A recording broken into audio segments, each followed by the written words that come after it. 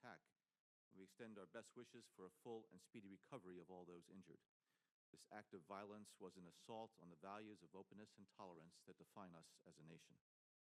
In light of the events in Orlando, I would like to take this opportunity to offer the committee our assessment of the terrorist threat our nation and citizens face, especially from the so-called Islamic State of Iraq and Levant, or ISIL.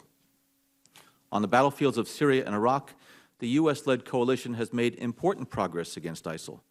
The group appears to be a long way from realizing the vision that Abu Bakr al-Baghdadi, its leader, laid out when he declared the caliphate 2 years ago in Mosul. Several notable indicators are trending in the right direction. ISIL has lost large stretches of territory in both Syria and Iraq.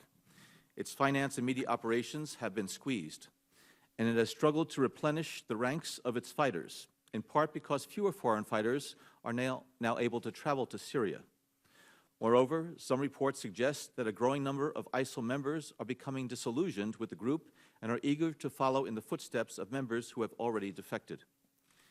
The anti-ISIL coalition is taking steps to exploit these vulnerabilities.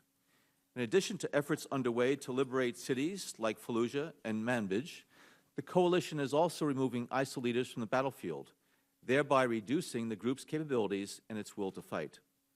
Last month, for example, a U.S. airstrike killed an influential ISIL leader in Al-Anbar. ISIL, however, is a formidable, resilient, and largely cohesive enemy, and we anticipate that the group will adjust its strategy and tactics in an effort to regain momentum. To compensate for territorial losses, ISIL will probably rely more on guerrilla tactics, including high-profile attacks outside the territory in Syria and Iraq that it currently holds. A steady stream of attacks in Baghdad and Damascus demonstrates the group's ability to penetrate deep inside enemy strongholds.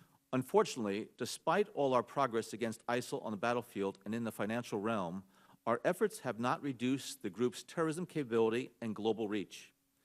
The resources needed for terrorism are very modest, and the group would have to suffer even heavier losses on territory, manpower, and money for its terrorist capacity to decline significantly. Since at least 2014, ISIL has been working to build an apparatus to direct and inspire attacks against its foreign enemies, resulting in hundreds of casualties. The most prominent examples are the attacks in Paris and Brussels, which we assess were directed by ISIL's leadership.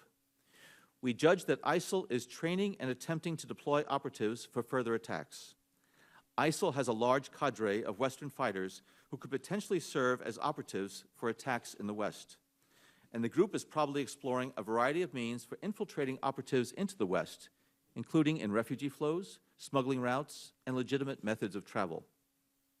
Furthermore, as we have seen in Orlando, San Bernardino, and elsewhere, ISIL is attempting to inspire attacks by sympathizers who have no direct links to the group.